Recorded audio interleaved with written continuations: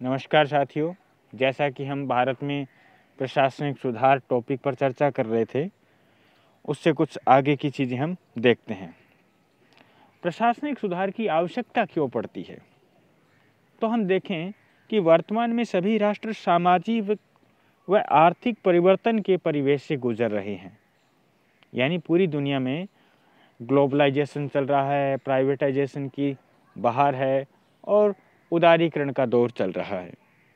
प्रगतिशील लक्ष्यों की प्राप्ति के लिए प्रशासन की संरचना में, प्रक्रिया में और उसके दर्शन अर्थात फिलोसॉफी में अपेक्षित सुधार किया जाना आवश्यक है, ताकि उस परिस्थिति में प्रशासन का सर्वोत्तम उपयोग किया जा सके और अधिक से अधिक लाभान्वित किया जा सके।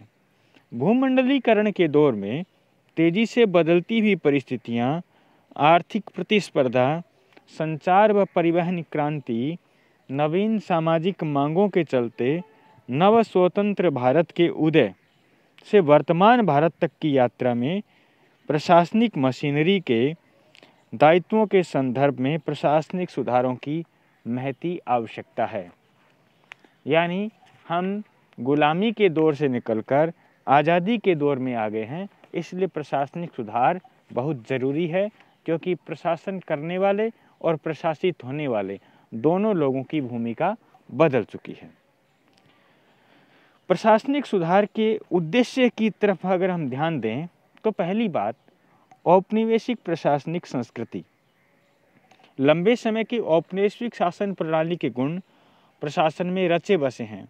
जो कानून बाल की खाल निकालते हैं वे जन कल्याण, सामाजिक न्याय जैसे विषयों में रुचि नहीं रखते। अतः आज़ादी के बाद नवीन परिस्थितियों के लिए सुधार जरूरी है। दूसरी बात, सामाजिक आर्थिक परिवर्तन।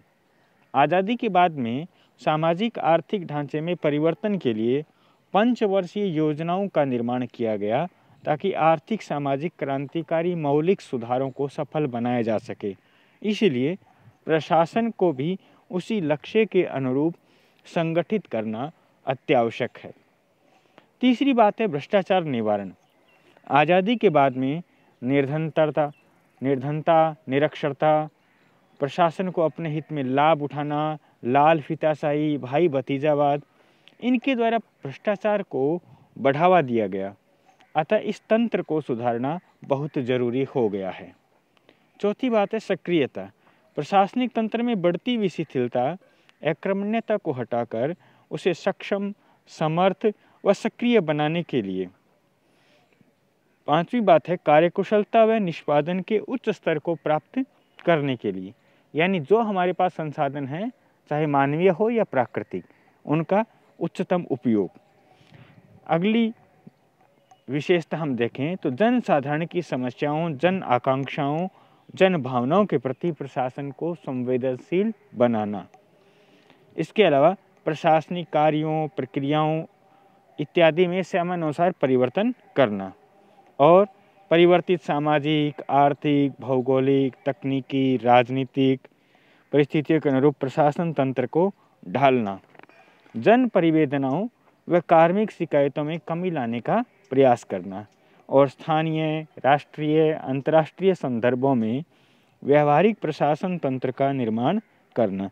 जैसे कि गैरिलिल ई लैटिन कहता है कि राजनीतिक क्रांति के माध्यम से आरोपित सुधार हो सकते हैं, कानूनी पद्धति से भी सुधार किए जा सकते हैं, संगठनात्मक कठोरता बदलने के लिए सुधार किए जा सकते हैं और अभिवृत्ति में परिवर्तन के द्वारा सुधार किए जा सकते हैं। अब महत्वपूर्ण सुधारों को हम अगली कक्षा में देखेंगे। धन्यवाद।